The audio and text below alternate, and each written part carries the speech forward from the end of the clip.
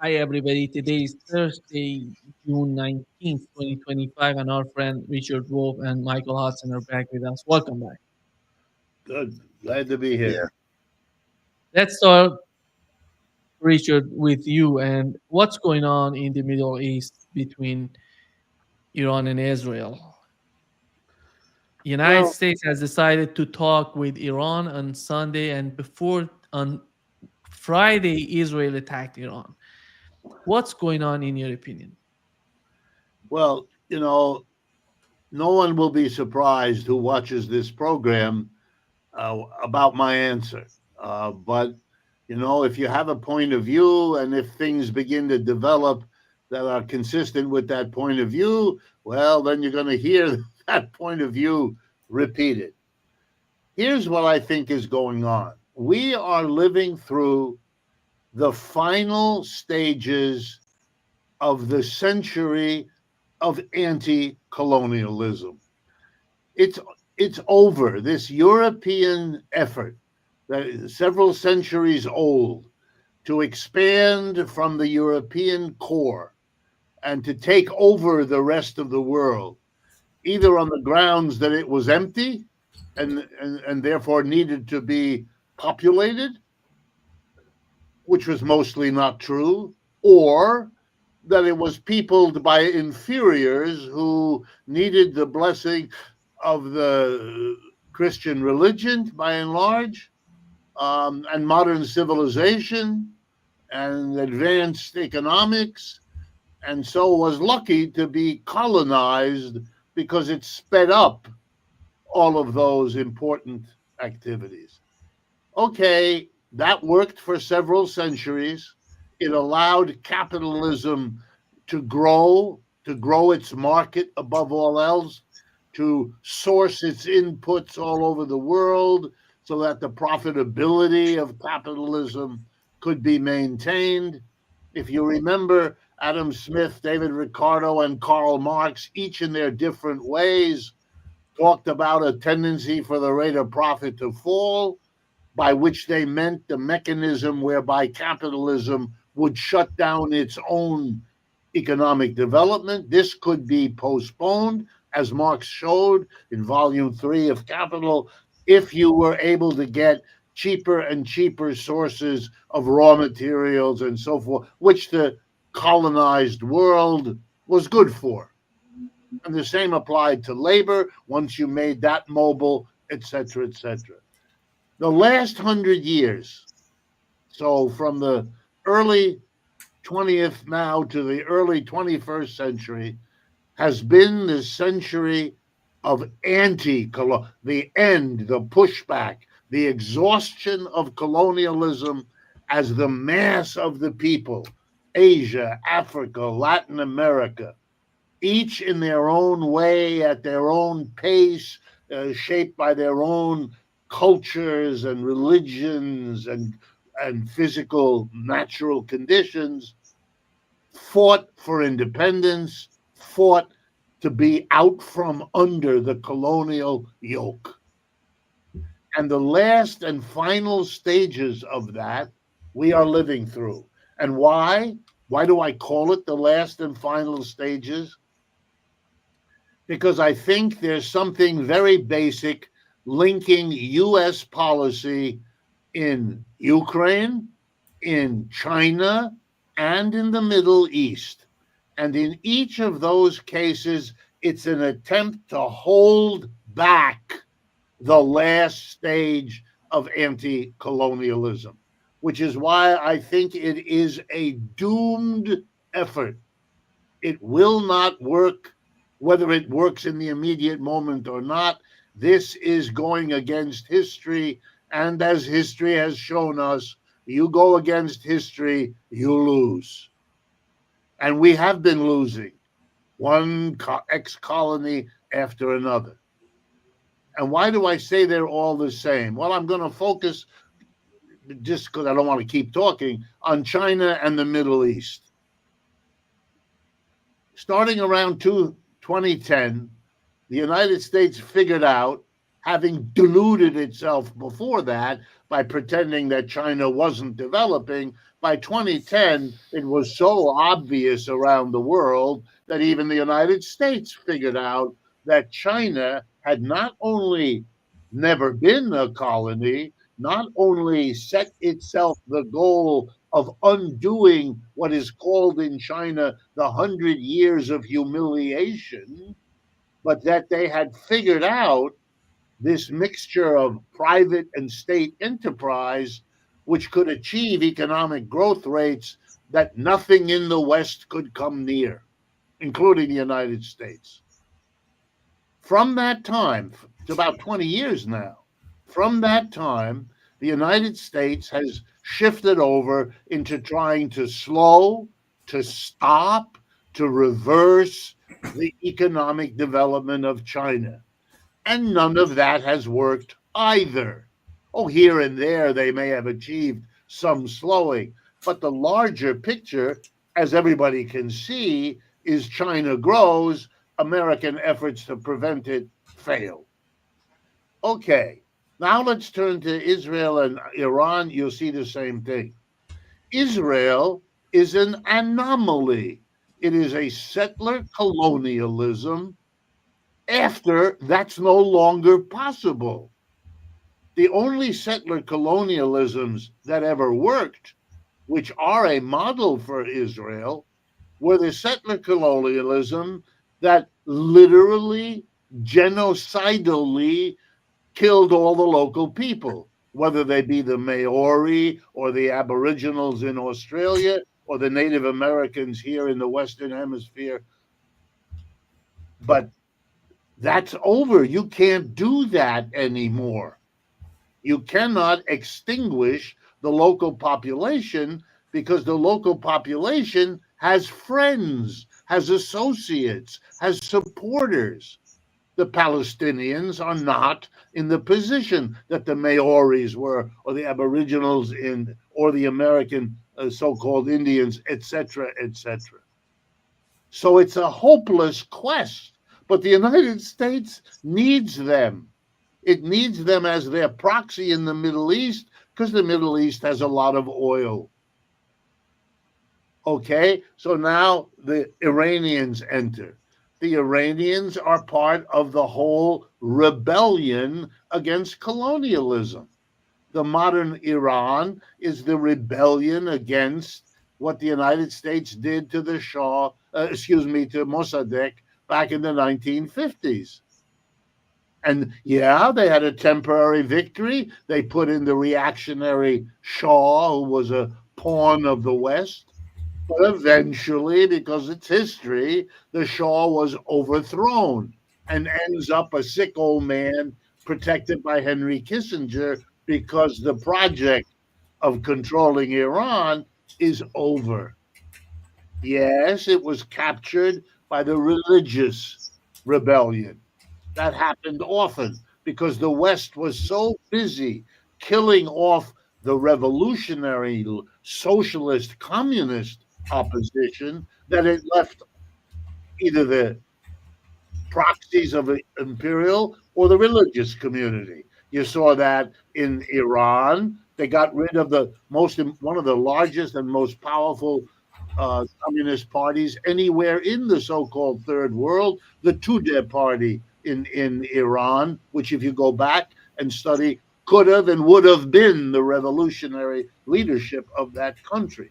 You got rid of the equivalent in Afghanistan so that it was the Taliban, the religious, the very people armed by the West to destroy the revolutionary anti-imperialism gets replaced by the religious anti-imperialism. It's the irony of it all. So here you have the one remaining settler colonialism that has not or has not yet exterminated the local people in the way the older ones did.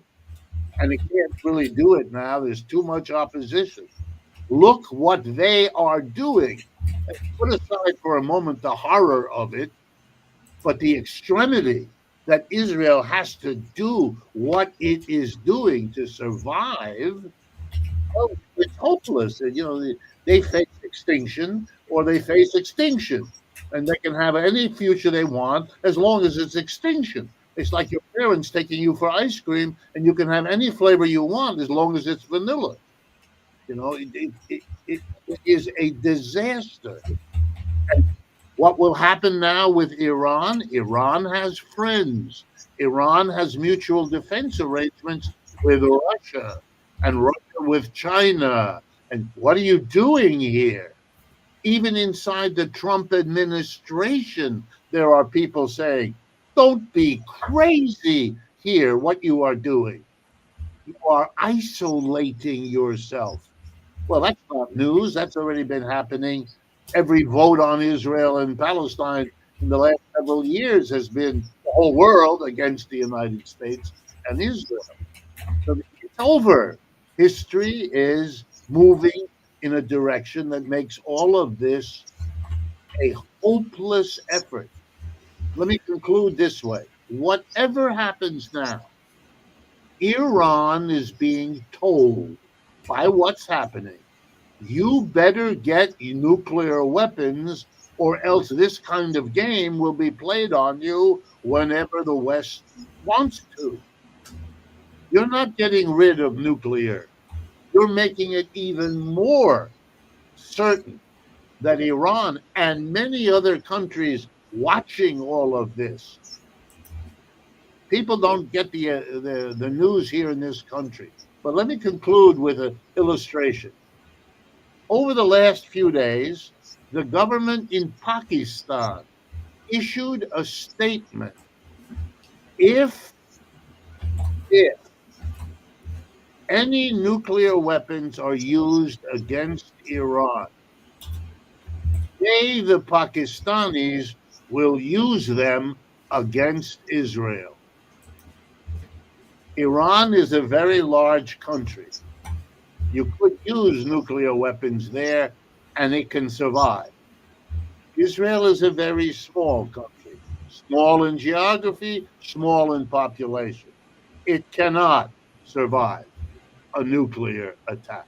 We are actually at the point where this is what is being done, and the extremity of it, which I know scares everybody.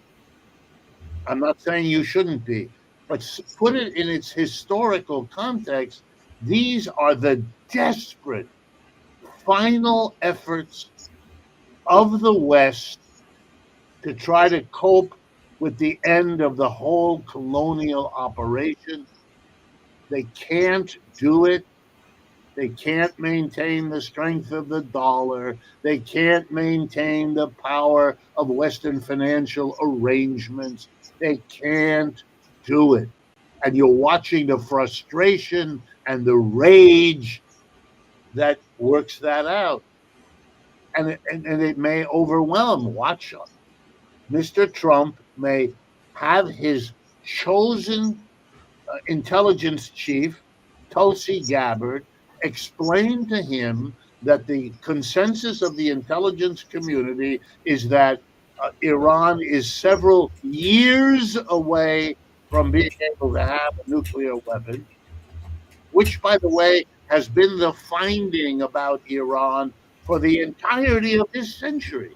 If you go back to 2004, when Colin Powell was the Secretary of State, he said so too. All right. Yeah, bringing up this dead horse about nuclear weapons being fashioned in the depths of a mountain. We've been doing this for 25 years. That's what I mean. It's a desperate effort to try somehow, by argument, by intervention, by overt activity, covert activity, to stop the movement of history. And that's a hopeless task. And that makes these people crazy.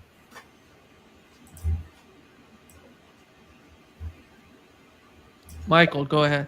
Well, I think Richard has framed the issue correctly. We're seeing the final U.S.-Western struggle against what the West sees as an attempt by the global majority to escape from Western control, especially U.S. control.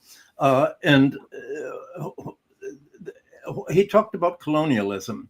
World War I and the aftermath set a new stage of European colonialism with the breakup of the Ottoman Empire. And that saw Britain and France redraw the map of the Middle East. We all know how it cut across ethnic lines and caused the last century of instability from Iraq to Syria and the rest of the Near East. And the key to all of this was already emerging as control of oil. And with this control of oil and with the redrawing of the old colonialism, you had the emergence of financial colonialism led by the United States. And you could say it's really financial imperialism because the American financial policy started with imposing the inter-allied debts on Europe, plunging Europe into financial chaos that led to World War II as a result of the Allies turning to Germany to pay reparations debts way beyond its ability to pay, so that the Allies could pay the United States. This whole system broke down in 1929, and by 1931, there was a moratorium. But while the U.S.-European relationships were breaking down, oil was being put in place. And after World War II, you saw what seemed to be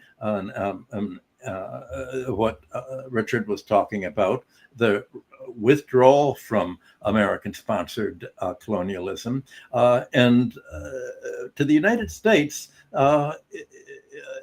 it tried to prevent this from the very beginning with a military umbrella. Now, this military umbrella has led to, it led to the overthrow of the Iranian elected middle-class democracy in 1953 by MI6 in Britain in conjunction with Kermit Roosevelt in the United States. And the imposition of the Shah and his Savak dictatorship led the United States to make plans to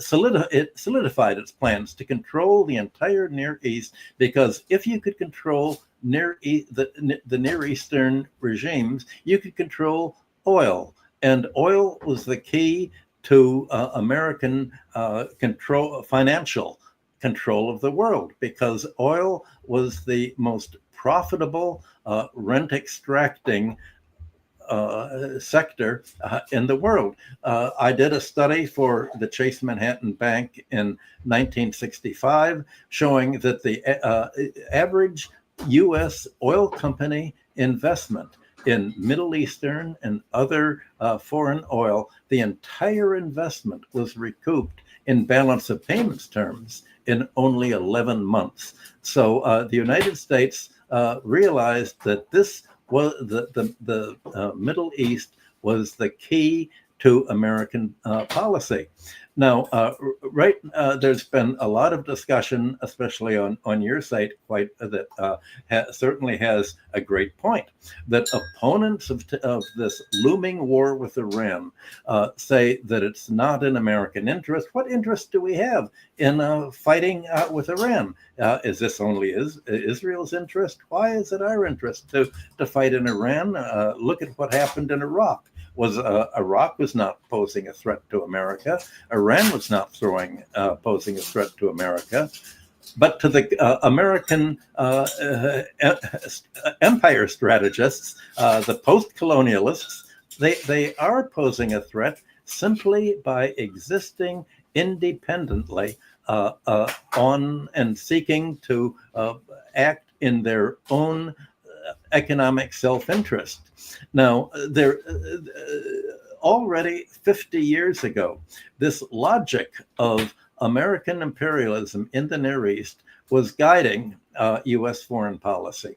Around 1974, 1975, probably late 74, I sat in on a military strategy discussion I was invited by my boss, Herman Kahn, at the Hudson Institute, to sit in on this. And the strategy was how to break up Iran into its ethnic parts in the event that there was another attempt by Iran to ever seek its own self-interest.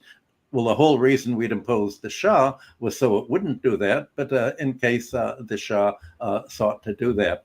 And Herman Kahn found the weakest spot in the Iranian multi-ethnic nation to be Baluchistan, on Iran's northeast border with Pakistan. Iran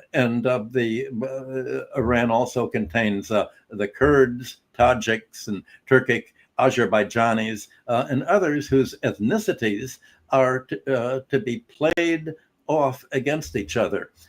You can be sure that in the last few years or decades, the United States has been working with these ethnicities to try to do in Iran what the Kurds have been were doing to destabilize Syria by pressing for their own interest. This is the U.S. strategy that has been applied to Russia and China. Let's, if you can break up these great countries into parts and have client oligarchies in these ethnic parts that are split up, then they will be unable to lead the fight against the U.S.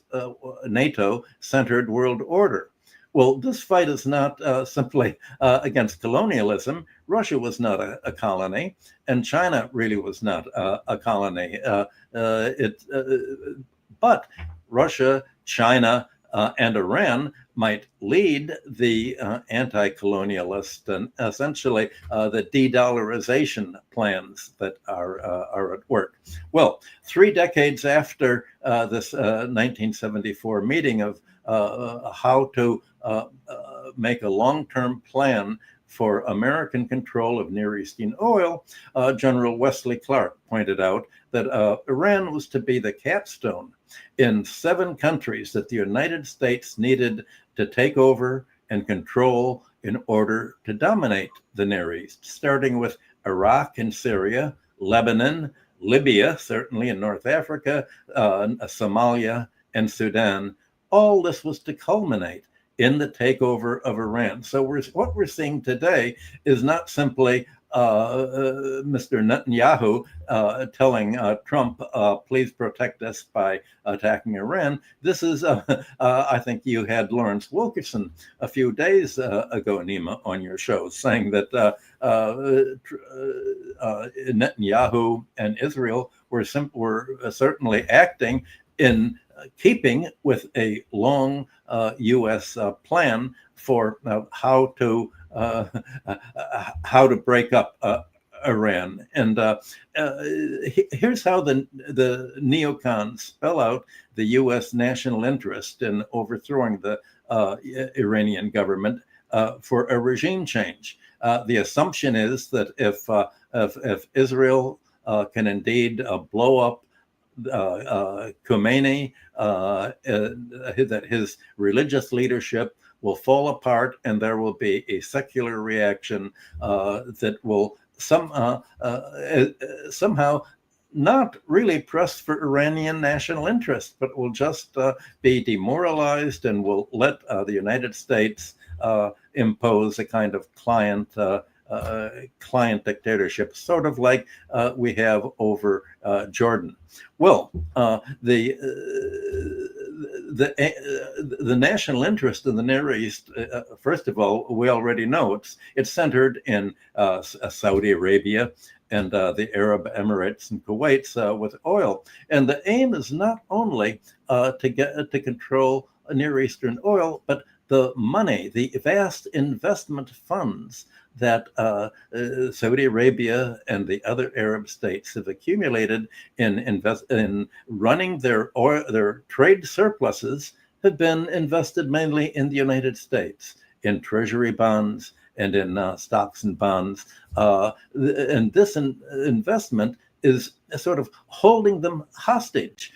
Saudi Arabia and the other Arab states are really afraid to come to Iran's support, even though they realize that the attack on Iran is to consolidate American control over the Near East, because if they acted against U.S. interests, all of their foreign investment, their national funds, and their private investments are held hostage in New York and London, just as the United States confiscated 300 billion of Russia's savings in the West. They could do the same with Near Eastern holdings.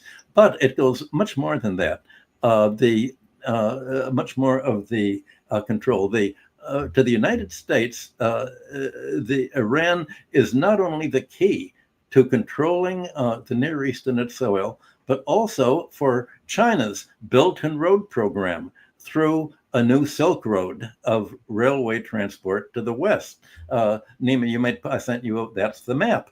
If the United States can block this road, then China's attempt to create a new Silk Road by railway will not be able to link up with Europe, and the Silk Road will not be able to go all the way to the Atlantic, as the Mediterranean and the Atlantic, as China hope to do. You can see there it goes from Western China through Central Asia, through to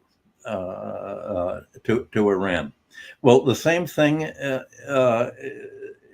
You could say the same logic appears with Russia, and Iran is the key to blocking Russian development via the Caspian and access to the south.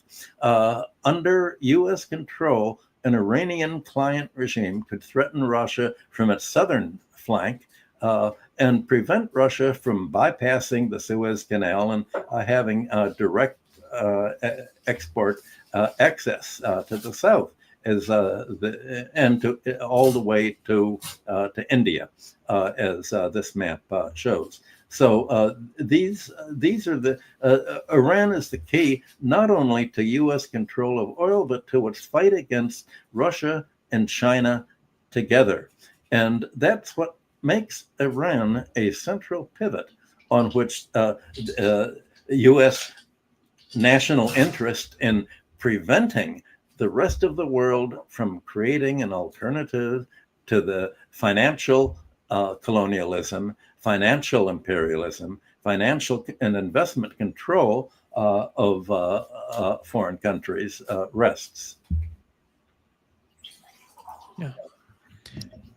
Richard, when it comes to the conflict that you've mentioned between Iran and Israel, do you believe that the people who, Netanyahu and his administration, do they really believe that they're playing some sort of role, as we've learned before, that they're just a pawn, something like Ukraine, they've been used by the United States? And it doesn't seem that would be the case in the mind of Netanyahu and his administration.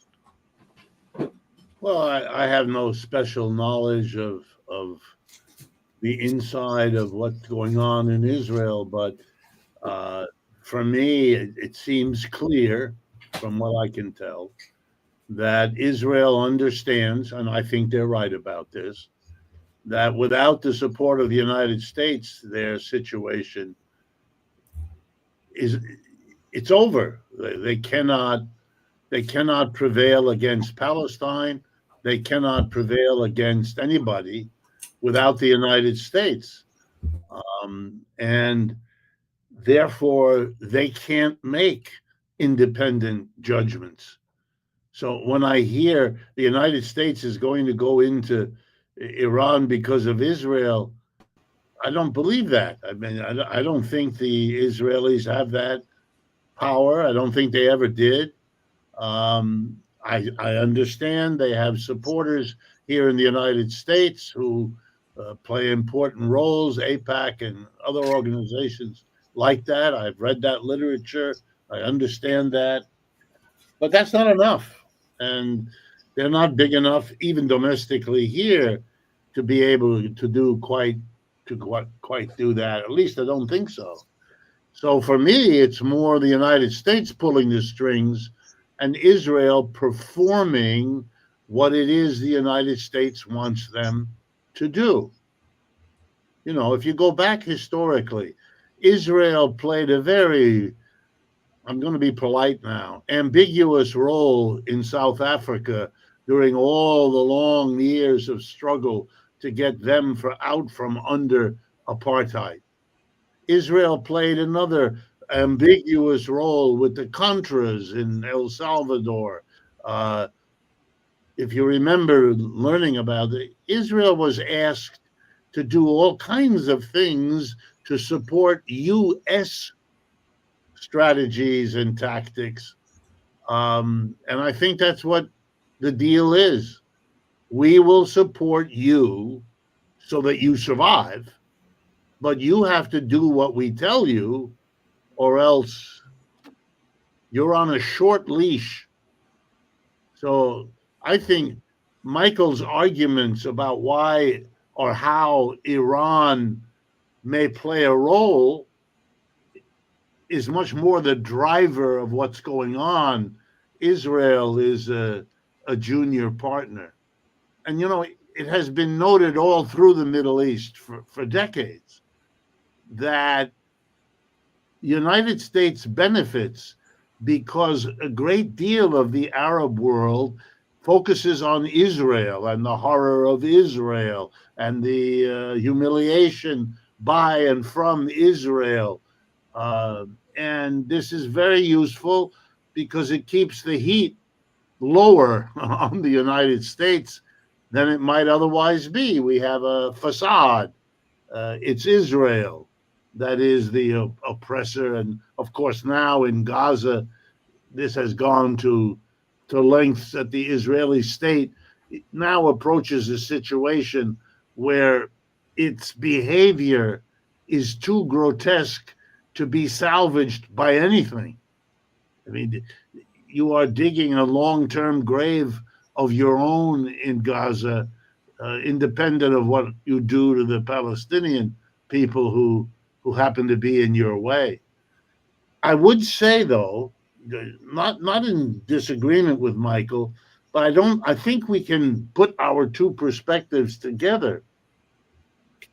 The attempt to slow down China, if you read Michael's argument just a little bit differently, the effort to slow down China requires messing up the planned role of Iran in the Belt and Road Initiative, which in turn is key to China's having the economic relationships that will save it from whatever damage the United States can do. For example, tariffs and so on. They reroute their trade to the rest of the BRICS. They don't have to. They don't need the United States in the way they once did, and that's something they've been working on anyway, and they continue. And as to the United States' emphasis on Iran, the Belt and Road, the route of the train, can be changed. If you can't go through Iran, there are other ways to proceed. They will be expensive. That will be a cost. The United States can slow them a little bit, but in the end, they would have to do a lot more, and they will try. They will try. They've been trying for a long time. They'll continue to try. They have no other policy. They are not yet persuaded that they have to sit down with the Chinese and work out a deal. That they don't get that part, and they don't think they have to do that yet.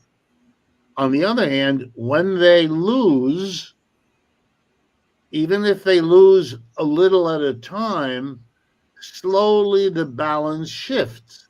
They lost the war in Vietnam, or else Vietnam might have been a very different situation. They lost the war in Iraq. They are losing the war in Ukraine. You know, they lost the war in Afghanistan. They had all kinds of plans for those countries.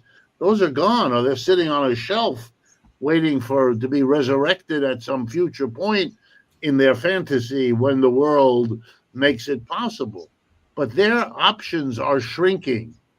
Their freedom of action is shrinking. And that's part of why they put as much emphasis on Iran, because it may be one of their last chances to try to stop the march of history. But my money is on the history. I don't think they can do it any more than Britain. And I don't want to harp on it, but I think it's relevant. Britain fought the two wars to prevent the runaway colony, the United States, from achieving independence and then from developing itself. The British tried. They tried in 1776. They tried again in 1812. And they were ambivalent in the American Civil War about whether they should side with the North or the South. But once they lost the two wars, and once they saw which way the Civil War was going, they understood they couldn't do that anymore. So they cut a deal. The first part of that deal was the Monroe Doctrine, which had very little to do with Mr. Monroe. It had to do with the fact that the British said, okay, you don't bother us in Asia and Africa, and we won't bother you in South America. In other words, they made a deal. I don't admire it. I understand it's the quintessence of colonialism. It's like in 1884 when they sat down in Berlin and carved up Africa among the participating European countries. The same thing, but it is the recognition that repressing the United States wasn't going to work. And to the credit of the British and the Americans, they held to that plan even as their roles were reversed.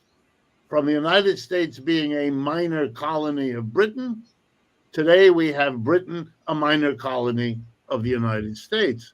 And the British have no option, no choice, and are behaving in just the way we would imagine. Hopeless economic decline, horrible politics, abuse of the working class on a scale that even other European countries do not allow, at least not yet. Extraordinary. It's really extraordinary.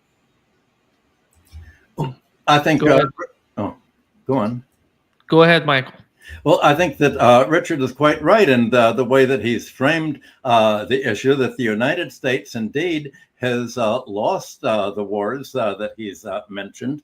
But this fight with Iran and has become, in its turn, an issue for framing the U.S. plans for a vast new military buildup. And you can see it's a crazy plan. The ease with which Iranian missiles have been able to penetrate Israel's Iron Dome defense has shown the whole folly of Trump's pressure for an enormous $1 trillion subsidy for the American military-industrial complex to make a similar boondoggle here. So far, only the oldest and least effective Iranian missiles have been used because their aim is to deplete Israel's anti-missile defenses so that in a few days, a week at most, it'll be able to block Israel will be unable to block any serious Iranian attack with its really big hypersonic missiles. Well, this already was demonstrated a few months ago when Iran showed how easily It could bomb not only Israel with in demonstration, but it could bomb U.S. military bases, even when it gave them advanced knowledge. Here is where we're going to send, the missiles are not going to explode. They're not going to blow up your soldiers, but we're just going to show you how easily we can get right through your defenses. Well, the center point of Trump's Republican budget that is now in Congress for enormously increasing the U.S. deficit, increasing the United States debt, official government debt, is based on the need to essentially say, oh, it's all for Israel. And just as Richard said, they're using Israel as an excuse to try to deflect foreign anger away from the United States. Yeah, focus on Israel. It's all Israel's doing, not our doing, even though we're supplying Israel with bombs and doing everything that Richard described. So I want to explain what the congressional dynamics in giving Trump the right to actually declare war on Iran is. This is the constitutional fight in Congress. A president is not supposed to go to war without getting support of Congress. Trump has not got that yet. Congress has not passed a pro-war authorization for Trump to do this. So we're in a constitutional crisis in the United States now that Trump is simply ignoring, as he's ignored the Constitution in other ways, saying, well, what are you going to do about it? There's not much that they're doing. So the U.S. military budget is being vastly increased by this crazy American Iron Dome plan here. The Reagan administration had toyed with this beam the bomb attempt to say, oh, well, we can get lasers, huge lasers to blow up any kind of Russian or other foreign missile attack on us. Well, that was shown to be unworkable, but it cost a lot of money and profits for the military industrial complex. Well, not only is the military budget vastly increasing, forcing the U.S. into deficit, but the military budget is only half of what the United States is actually paying on military, because American foreign military aid to its allies, Ukraine, Israel, South Korea, Europe, and Asian countries, to buy U.S. arms is all appears as foreign aid, not as part of the U.S. military budget. The U.S. is concealing the enormous cost of this new Cold War buildup to the American economy. And this cost of the war is what is doing here just what it's doing in Germany and Europe. It's forcing a cutback of social programs, cutback in medical insurance, Medicaid is part of the bill. It's we're having a polarization of the spending towards the the financial 1% at the top of the economic pyramid, with tax cuts and with a payment to the military complex, not only by direct contracts, but by all of this foreign aid that is immediate. The dollars for foreign aid don't ever leave the United States. They're paid directly to the military to provide the arms that the recipients of this foreign military aid have received in order to so-called defend themselves with all sorts of boondoggles connected to it. So that's really the constitutional problem. And I want to just in passing mention one other constitutional issue. the Article 51 of the UN Charter says that a member state may not attack another state unless it's attacked by that country. The U.S. is violating the UN Charter as well as its own domestic U.S. The 2001 authorization for the use of military force in America is not applicable to this because the United States hasn't been under attack. The U.S. is attacking or planning to attack Iran. So the whole the whole body of law, the whole context that was supposedly put in place to have the United States create a post-World War II order of world peace and trade and investment has been torn apart by this. And it's torn apart, again, by the pretense that the war in Iran is in America's national interest because our interest is preventing any attempt by other countries to withdraw from the U.S.-centered financial system, to any attempt to de-dollarize their economies, Trump has said, will be met with enormous tariffs on these countries. This fight goes way beyond simply bombing Iran. I think Richard's introductory comment said this is like the final struggle between Western hegemony, way beyond military colonialism, between Western hegemony and the global majority seeking to break free and follow its own national self-interest. Yeah, Richard. Yeah, let me add a couple of things that are different topics, but I'll show you how they link. The United States, as most countries, as most people who follow know, has got one of the worst crime problems in the world. We have guns, as everybody knows, and we use them, as everybody knows. And more people are shot, either killed or injured by guns in criminal activities of one kind or another every year.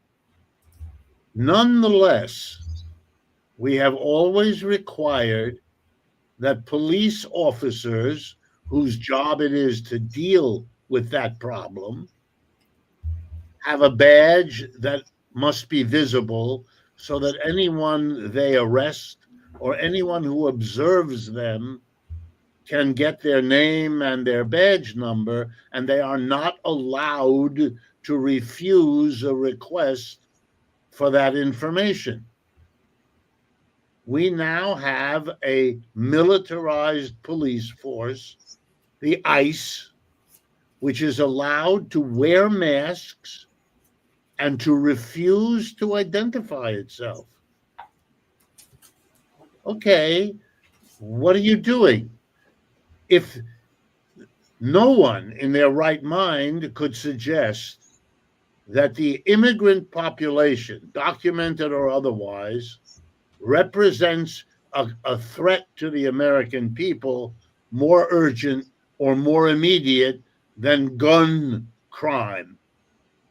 We don't allow the police to deal with gun crime by officers who have masks and don't have to identify themselves, but we are doing that with immigrants. And we have endless displays of ICE agents surrounding a farmer in the field, a car wash worker in the corner car wash, a person who does the dishes in the back of a restaurant or cleans the hotel room, the glorious jobs that our immigrants are supposed to be taking from us. No one could argue. So what are you doing? What are you doing with police who are not required to follow the rules of a civilized society the way the police are who are asked to deal with violent armed criminals? Wow. Wow. This ought to be front and center, a big problem. Why isn't it? Well, I would argue that we now have a population that the people who run this country believe can be treated this way. And I think it is very naive to imagine that if you're going to behave towards perfectly non-dangerous people. I read today of a farmer in California who works in the vineyards, the wine country, being surrounded at his church while he's doing his religious activity, surrounded by ICE people, yanked away. His children, his wife do not know. The ICE does not tell them where he's going, do not allow him access to his own family or to the lawyer they have procured. To think that this kind of behavior unloaded on these people would not be applied next to others, well, you can already see there's already all kinds of signs of the ideological right wing wanting to make that application.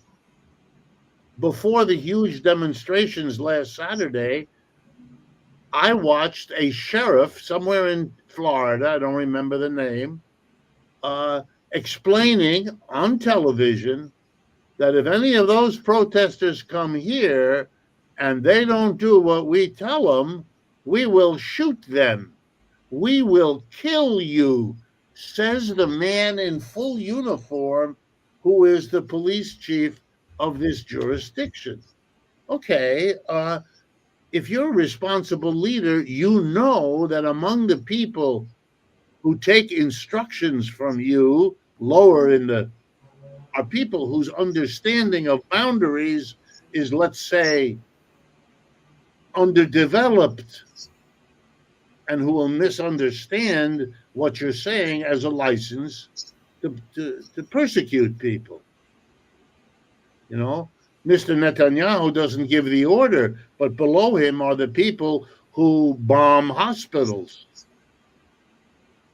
It's remarkable what we are being led, and that, it's possible that that isn't orchestrated, but it is also possible that it is, and that there is a notion here that one needs to prepare the American people for a long period of war as all of these battles are fought out, just in case it turns out that you can't bunker bomb your way out of the morass of Iran. I do want to remind people, because I think many don't know, that Iran is a very large country in a way that Afghanistan and Vietnam and other aren't or weren't. This is a different kind of enemy. We haven't had that before, and we didn't do well in Vietnam and Afghanistan and Iraq. And I want to remind people, we didn't do well, even though the United States is the most militarily armed country in the world and among the richest. And those enemies, Vietnam, Afghanistan, Iraq, were among the poorest countries on this planet. And they won, and we lost. That itself should make you worry that there's a larger historical process going on here that you maybe ought to ask some questions about rather than to assume. And I am very worried that if this goes badly for Israel, for Iran, it will only serve to persuade that part of the country that supports this activity to support more of it. It's that old problem. If the plan doesn't succeed, you have to do more of it. If it doesn't succeed again, you have to do still more. Whereas the rest of us are saying, see, this is not a good plan. No, no, no, no, no. And those lines have been drawn in this country now pretty well.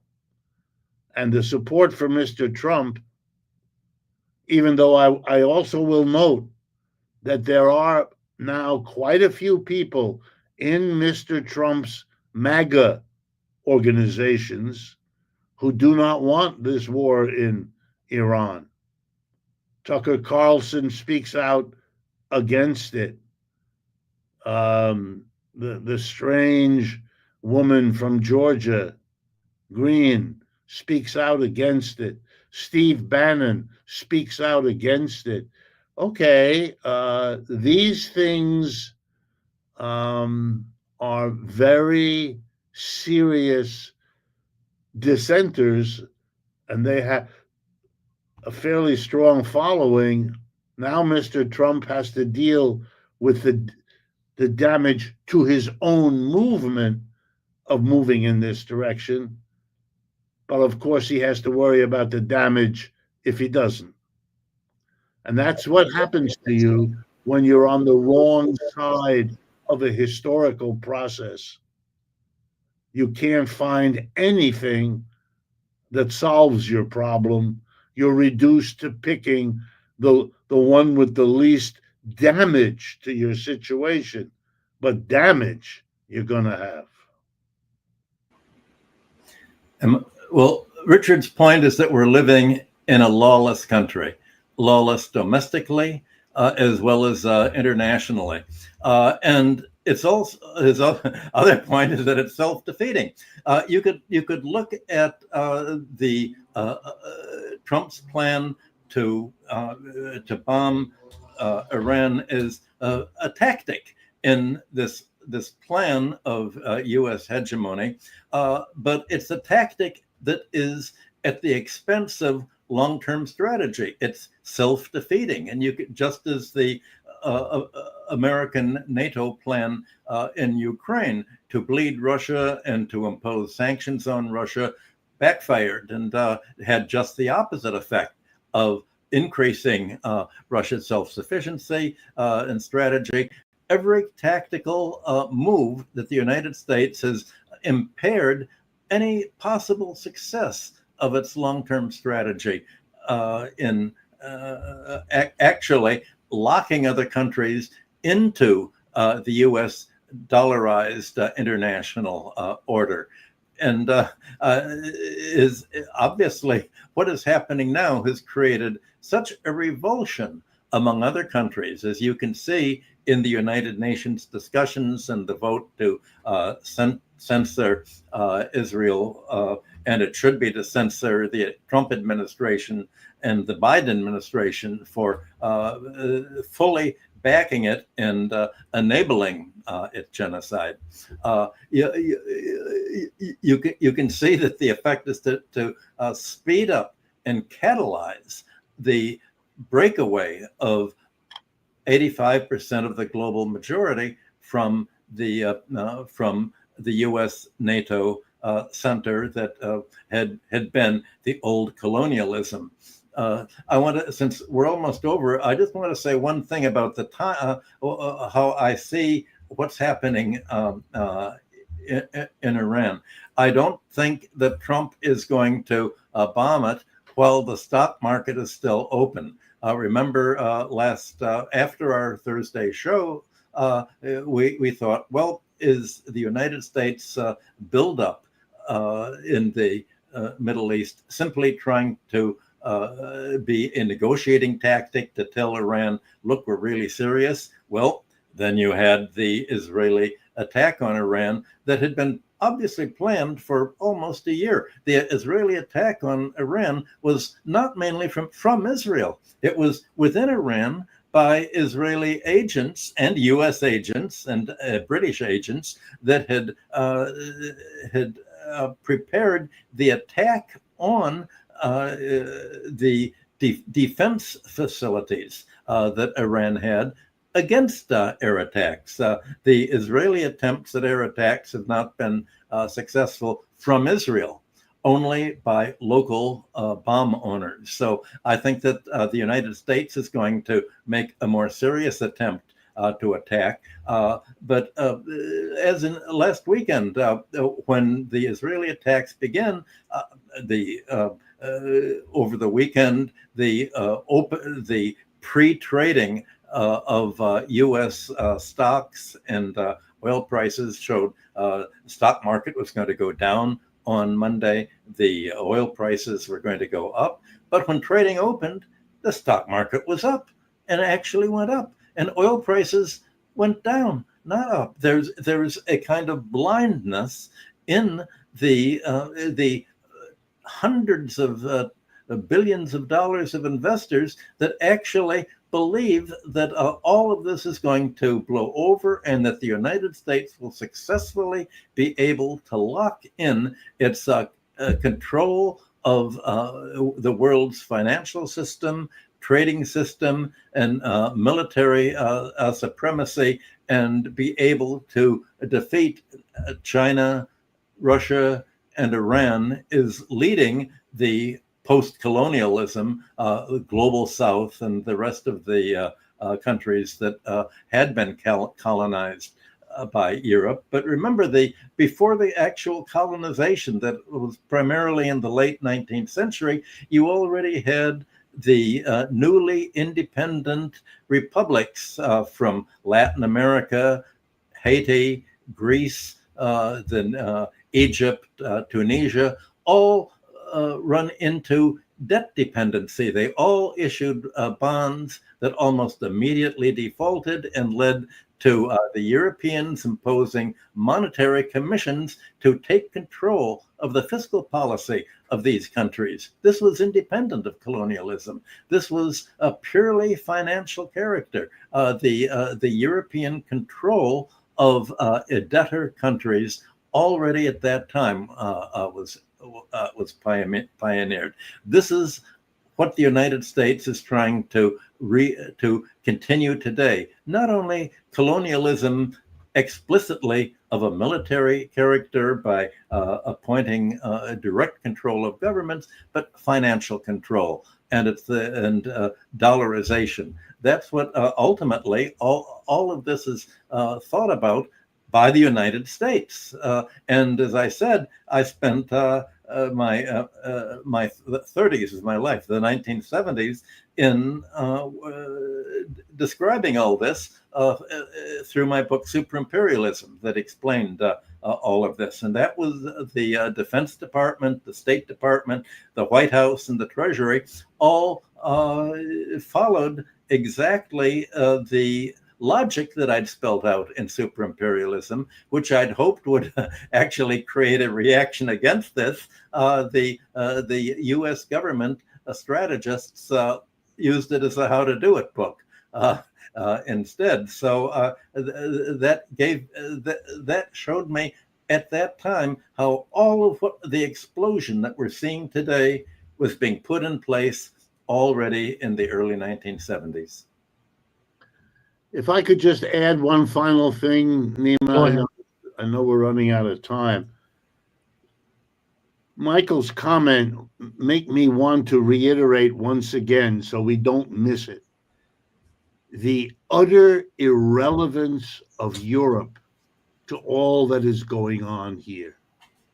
Look, every strategist that I've read knows that if damage is done to Iran, one of the things Iran will do is close the Straits of Hormuz there, through which something like a quarter of the oil traffic in the world has to pass, and which couldn't pass if they blocked it or threatened it with missiles in the way that the Houthis have been doing in a nearby. And who relies on the oil going through the Suez Canal and so forth? It's the Europeans. Where are they? They can't handle another spike inflation of their energy costs. They can't handle the one they're living through now. They worry each year about whether they get through the winter. That's where they are. and they're hemorrhaging industry, and while they wait for the hammer to drop on the tariffs. I mean, it's too much. You are overstraining these societies, and they have nothing to say. They're not at the relevant meeting. They're not in the relevant decision making. They will, of course, live with the consequences. The United States will escape many of them. So it's a testimony.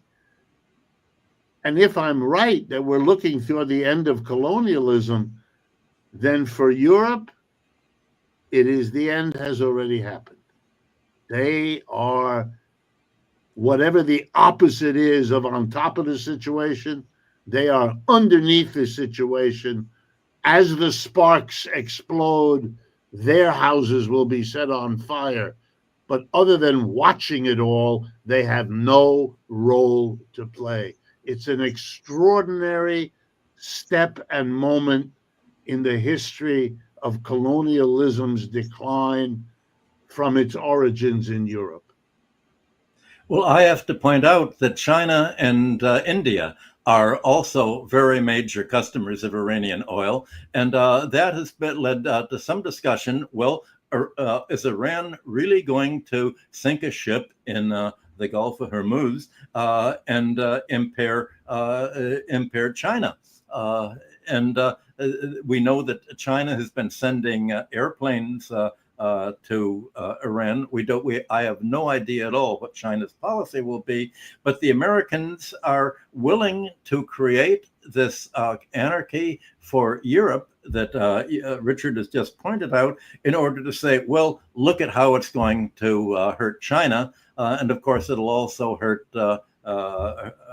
India, and I don't know how that's going to affect Indian-U.S. relations. But the disruption is going to be global, way beyond Europe. It'll affect all of Asia and East Asia and South Asia, and the United States will be able to remain largely immune in the sense that it is independent in oil. But the its stock market and financial markets are not independent, and the effect on the United States won't be on its inability to get oil, but the fact that oil prices are going to go way up, in pushing up inflation here as well. Exactly what Trump has said that he'd wanted to avoid. So it's going to destabilize the U.S. economy just as much as the European, Chinese, and Indian economies. Yeah. Thank you so much, Richard and Michael. Great pleasure as always. Thank you, Nima. Yeah. See you soon. Bye-bye.